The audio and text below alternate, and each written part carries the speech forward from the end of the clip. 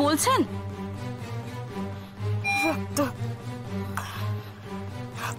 Madam, আপনি হসপিটালে আছেন?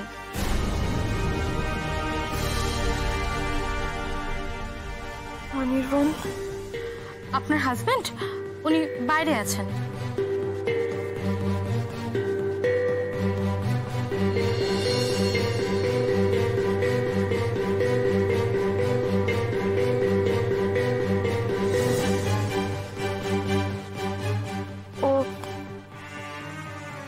ও কেমন আছে? ভালো আছে।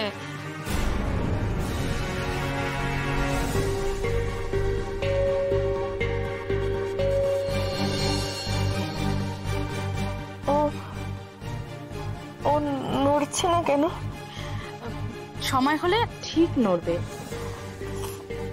জল খাও, একটু জল খাবো।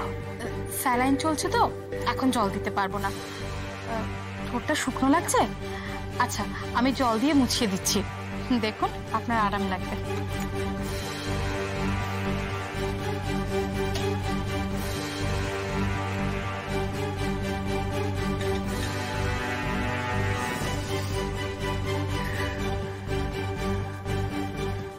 সিস্টার, পকেটটা সত্যি নড়ছে না।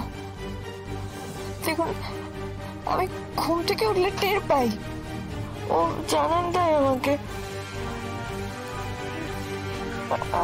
আজ বুঝতে পারছি না কেন। আচ্ছা, আপনি এতক্ষণ ঘুমোলেন, আর বেবি ঘুমোবে না? আর একটু সকাল হোক, ঠিক উঠবে। না না, আপনি বুঝতে পারছেন না সিস্টার। আমার বেবি নড়াচড়ার মুভমেন্ট সমস্ত রুটিন আমি জানি। আমি ঘুম থেকে উঠলে বুঝতে পারি। এই যে আমি এখন হাত দিচ্ছি, আর হাত দিলেও জানান দেয় আমাকে, আমি টের পাই। কিন্তু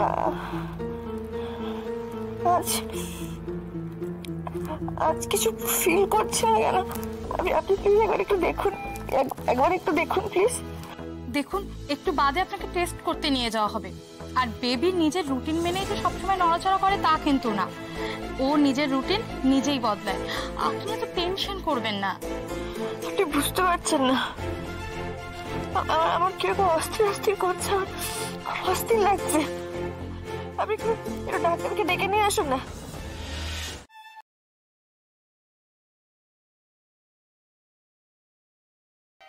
মিস্টার সেন, আমি জানি কাল রাত থেকে আপনাদের উপর দিয়ে অনেক ঝড় গেছে, তাই আর কথা না বাড়িয়ে সরাসরি মূল প্রসঙ্গে চলে আসছে। আমরা রায়পুনার রিপোর্টসগুলো থরলি চেক করেছি এবং সেটা নিয়ে আলোচনাও করেছি। মিস্টার সেনগুপ্তও সেখানে ছিলেন।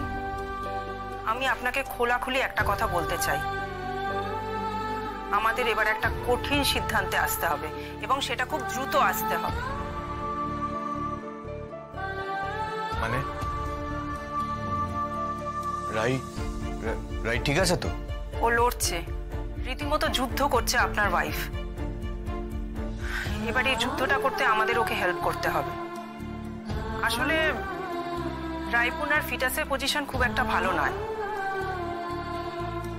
এই মুহূর্তে বেবিকে অপারেট করে বের করতে পারলে সব থেকে ভালো হতো, কিন্তু সেটা করলে বেবিকে বাঁচানো আর পসিবল হবে না।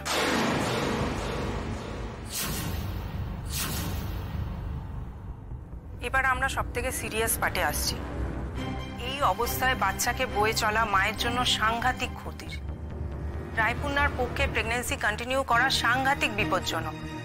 আমি বুঝতে পারছি না, প্রেগন্যান্সি কন্টিনিউ করা যাবে না, তাহলে কি করতে হবে আমাকে বলুন না। আপনারা বলছেন যে বাচ্চাকে অপারেট করে বার করা যাবে না, তাহলে কি মানে কি করবে, কি করা যাবে কিছু তো বলুন, আমি বুঝতে পারছি না কিছু ডক্টর। এই অবস্থায় মিসেস সেন যদি বাচ্চাটিকে ধারণ করেন তাহলে ওনার জীবন বিপন্ন হতে পারে।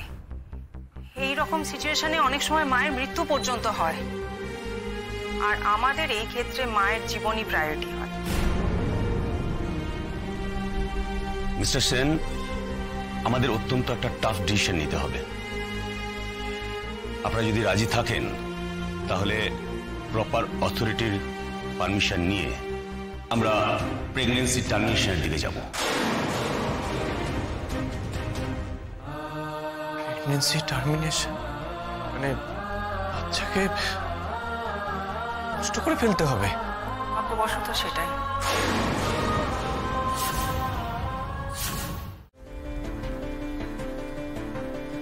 একটু হাত রাখো না আমার পেটে। বুঝতে পারছো? কিছু অনুভব করতে পারছো কিনা একবার দেখো না প্লিজ। মনে আমি না কিছু অনুভব করতে পারছি না, জানো, কিছু ফিল করতে পারছি না। সকালবেলা তো এই সময় খুব নড়াচড়া করে গো, জোরে জোরে ধাক্কা দেয় আমাকে, প্রায় ঠেলে তুলে দেয় ঘুম থেকে। কাল থেকে কিছু অনুভব করতে পারছি না, জানো তো। তুমি একবার দেখো না, একবার কিছু বুঝতে পারছো কি? প্লিজ একটু বলো না দেখে। এরকম চুপ করে গেল কেন বলো তো? ম্যাডাম, ফিটাস কিন্তু সবসময় একভাবে নড়াচড়া করে না। আপনি এখন বাঁদিক ঘুরে শুলে দেখবেন ও একটু ঘুরে যাবে। আসলে ওর পজিশনের উপরও ওর নড়াচড়া ডিপেন্ড করে। আপনি একবার ডক্টরকে ডাকবেন প্লিজ। একবার প্লিজ ডক্টরকে ডেকে দিন একবার। আমি একবার ওনার সঙ্গে সব কথা বলি, ওনাকে সবটা বলি। প্লিজ একবার ডেকে দিন না প্লিজ। বলছি।